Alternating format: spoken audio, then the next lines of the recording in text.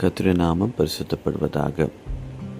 இந்த நாளுக்கான வெளிச்சம் ஆதியாகமம் 50ஆம் அதிகாரம் 20ஆம் வசனம்.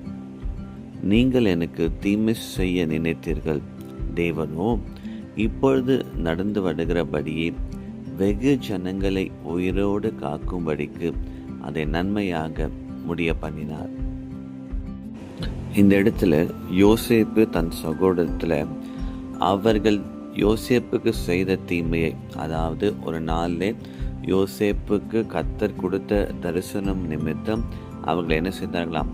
யோசேப்பை பகைத்தார்கள். அது நிமித்தம் அவனை கொலை செய்ய நினைத்தார்கள். கடைசியாக என்ன செய்தாங்க? அடிமையாக விற்றார்கள். அப்போ பல வருஷங்கள் கழித்து திரும்ப யோசேப்பை எங்கே பார்க்குறாங்கன்னா, பார்வனுடைய அரண்மனையில் ராஜாக்கு அடுத்த ஸ்தானத்தில் உயர்த்தப்பட்ட நிலைமையில பார்க்கிறார்கள்.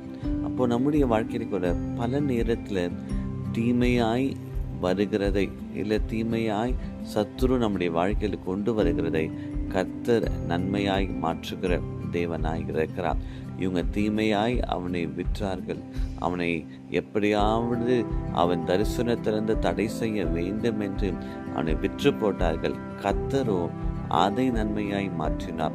ஒருவேளை யோசேப்பு அவனுடைய தகப்பனுடைய வீட்டிலேயே இருந்திருப்பான் என்றால் அவன் பார்வோனுடைய அரண்மனைக்கு வந்திருக்க இயலாமல் போயிருக்கும். அதே போலதான் நம்முடைய வாழ்க்கையில கூட ஒருவேளை சில தீமையான காரியங்களை சத்துரு கொண்டு வந்து போட்டிருக்கலாம். ஒருவேளை சில தீமையான காரியங்கள் நம்முடைய வாழ்க்கையில வந்திருக்கலாம். ஆனால் ஒன்றை புரிந்து கொள்ளுங்க, இந்த தீமையை கர்த்தர் நன்மையாய் மாற்றுவார். ஒருவேளை உங்களுடைய வாழ்க்கையில் இந்த காலை வெள்ள ஆண்டவரை ஏன் இந்த காரியங்கள் நடைபெற்றது என்று ஆண்டவரிடத்தில் கேள்வி கேட்காமல், ஆண்டவரே இந்த தீமையை நீ நன்மையாய் மாற்றுவீர் என்று விசுவாசிக்கிறேன். ஒருவேளை பலவீனத்தோடு இருக்கலாம், ஒருவேளை ஒரு தேவையோடு கூட இருக்கலாம், ஒருவேளை ஜனங்கள் நமக்கு விரோதமாக எழும்பி இருக்கலாம். இதன் மத்தியில் யோசேப்புடைய வாழ்க்கையில் நடந்த தீமையை கர்த்தர் எப்படி அதை நன்மையாய் மாற்றினாரோ, அதை நிமித்தம் கர்த்தர் எப்படி யோசேப்பை உயர்த்தினாரோ, அதே போல நம்முடைய வாழ்க்கையில கூட சத்துரு தீமைக்கென்று கொண்டு வந்து போடுகிறதை, மனுஷன் தீமைக்கென்று கொண்டு வந்து போடுகிறதை என் தேவன், என் இயேசு உங்களுக்கு நன்மையாய் மாற்றுவார். இந்த பலவீனத்தின் மத்தியிலே கர்த்தர் நன்மையாய் மாற்றுவார். இந்த தேவையின் மத்தியிலே நன்மையாய் மாற்றுவார். உங்கள் விரோதமாய் ஜனங்கள் எழும்புகிற வேளையில் கர்த்தர் நன்மையாய் மாற்றுவார்.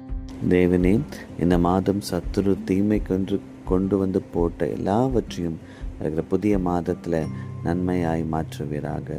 இயேசுவின் நாமத்தில் பிதாவே, ஆமேன்.